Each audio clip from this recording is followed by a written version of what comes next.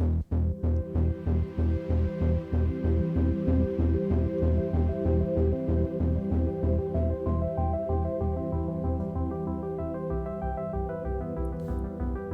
gene sister of Adina, Athera has stood at the side of the matriarch Primus since Adina's ascension to the Council of Crones. A clone child of Queen Voadisia, Athera was hoped by the chemist Covens, much like Adina, to be a cure for the flesh curse. Also, like Adina, she failed in that regard, though grew into a woman of exceptional skill and power. The matriarch Primus trusts Athera more than any other of her entourage, and far more than the bickering members of the Council of Crones. Athera is never far from Adina's side, unless the matriarch has dispatched her on some task or other, and the two share a special bond that goes beyond the sisterhood of the House of Blades. More than just Adina's bodyguard, Athera is the matriarch's champion, sometimes called the matriarch's blade, and has stood as proxy for Adina in many matters of honour, both within and without the clan house. More than one opponent of Adina has openly backed down from an argument or a threat upon seeing Athera step out of the shadows, casually balancing her chain axe on her shoulder. Athera, already a powerful figure in the House Escher, was further blessed when a Caryatid sought her out while she was operating in the Underhive of Hive Primus. The diminutive blue creature landed on her shoulder and has been at her side ever since, bringing her good fortune. Athera named the creature Stix after the Chem River that runs through Rusttown, where she first encountered it. She has been known to converse with the creature, often while interrogating or negotiating, much to the unease of her opponents, as she tells Stix all the ways she is going to deal with them. Hello and welcome back to Wellywood Wargaming. My name is Damon and this is the series where I give you all of the agents of Necromunda in bite-sized video format with a little bit of lore there for Athera and Sticks. But before I get started, please do like, share, subscribe and check out the Patreon as well and support the channel any way that you can. Athera and Sticks, this one's a really good one. Miniatures available from Forge World as well. God, it's really hot here, by the way. It's Australia Day here in Sydney, Australia Day, and it is absolutely brutally hot here. I can't have the aircon on either because, you know, you'd hear it on the video and I'm just, you know, that's what I sacrifice for this channel. Anyway, Athera and Sticks, I'm getting sidetracked here already.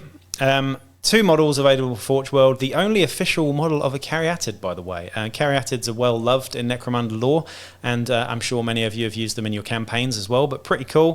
Athera and Sticks, the models though, let's just have a look at them quickly. Athera herself is a big and imposing sort of Escher Queen looking chick with the most ridiculous stiletto high heels on and a massive bouffant hairdo. She looks a bit like a drag queen, I have to be honest. Not necessarily a bad thing if you like that kind of stuff, but she certainly has her own aesthetic. I do like the sort of armour and the chain axe and the plasma pistol and stuff, but I'm just not keen on that head or the feet. So if I get this model, I might have to give her a different head and perhaps just swap out those ridiculous high heels that she's wearing. But then that's my problem with most of the modern Escher, I have to say. That's why I'm much more into the early 95 Jess Goodwin Escher, which I'm currently painting up at the moment. Anyway, again, I'm getting sidetracked. Athera and Sticks for 40 and 80 credits, respectfully, as a house agent. At the cheapest, she's 40 credits. At the most, she's 80 credits for your house Escher gangs. Very, very cheap for what she does. Does she really offer anything different to an Escher gang, though? Let's find out, I suppose. Athera's stats are as follows. She's got movement of 5, weapon skill 2+, ballistic skill 3+, strength and toughness 3, 2 wounds, initiative of 2 up, and 3 attacks. So similar to an Escher sort of matriarch, I suppose, in the stats there, slightly better, with a leadership of 7+, a cool of 5+, a willpower of 6+, and intelligence of 7+. So okay on the mental stats there with a nice cool of 5+ too. In terms of weapons and war gear, she hasn't got anything unique to her, unfortunately. She does, however, have a master-crafted chain axe. Now, chain axes, I have to say, are probably the most cost-efficient and best close combat weapons in the game. You might disagree with me on that, but for 25 credits, normally, a chain axe gives you +1 to hit in close combat, -1 AP, +1 strength, parry, disarm, and rending. So for all that, for 25 credits, or however much they are for different gangs, they do vary. They are incredibly efficient killing weapons in close combat. Sorry, that was my door blowing shut there. She also has a plasma pistol, which is, again, one of the best, if not the best, pistols in the game as well. Very efficient and just, yeah, deals a lot of damage, whether you use it on low or maximal. That's up to you. She's got, in terms of skills, she's got Acrobatic and Combat Master. Combat Master is, a combat skill that means that you can gain assists in combat, and you can also not suffer from assists of other people as well. It's one of those. And she's also got Acrobatic as well, which is a finesse skill. Normally Death Maidens get this. It's pretty cool. It means that you can beeline for a target and sort of jump over them. As long as you adhere to the 1-inch rule at the end of your movement, you can effectively just move through enemy fighters, which is really cool. She's also got light carapace armor, giving her a 4+ save there as well. Adina's champion, so after deployment, challenge an enemy fighter and gain the following until attacking any other model. She gets +1 attack and spring up, which is pretty cool. Spring up with initiative of a 2-up, meaning that you're hardly ever pinned. Or you're always getting up from being pinned, rather. She's also a favoured of Stix, so Stix is always deployed within 3 inches of her, and that's her exotic beast. We're going to have a look at Stix now in a second. So Stix is a Caryatid, fairly typical sort of Caryatid, I suppose, which is awesome, by the way. His movement's 6. He flies. It's worth mentioning that this guy flies, so he can traverse all sorts of terrain and whatnot. Weapon skill 5, ballistic skill nothing.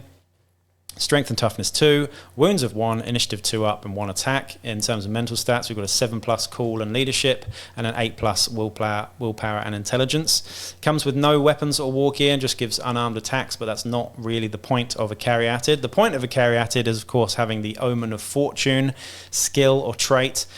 So within 3 inch of its owner, the owner may pass a willpower test to avoid being hit once per activation. Make the test immediately after a successful roll to hit has been made against the fighter, and the attack counts as being missed. Place templates and blasts as normal for the purposes of determining hits against other models, but the owner is assumed to have dodged clear. So very, very powerful there, meaning that you can shrug off the most powerful of hits, even las cannons and whatnot. The house rule that a lot of arbitrators, including myself, use is that can only be made once per round. I think that's fair, otherwise it just becomes a bit silly. Same with the familiars for the Chaos Helots and Genestealer Cult as well. Same rule. The actual Caryatid itself, Stix, gets a 3+ unmodifiable save, which is just awesome. So, a 4 in 6 chance of surviving pretty much anything. He's also got a 4+ save, a bonus invulnerable save against blasts and templates as well, where you just don't count as being hit by those either. Again, flying, really cool creature, and yeah, Caryatids are always great. It's nice to have an official miniature from Forge World for that Caryatid. You could just use that Caryatid or Stix as a generic Caryatid in your gangs, and you could also use Athera as a sort of Escher Queen as well if you wanted to proxy her. Now you could also use Athera as she is as an outcast leader. Of course, costing her becomes a little bit difficult, so you'd want to talk to your arbitrator about that. Of course, 40 credits and 80 credits doesn't really relate to how much you would actually cost if you were to use her as a gang leader in a typical sort of roster or gang build. Wouldn't make any sense at all, so you'd have to think about a way to efficiently cost her to actually use her as so. So that's something you'd need to talk about with your arbitrators. I've got a few solutions for that, but it is a bit tricky, I have to say.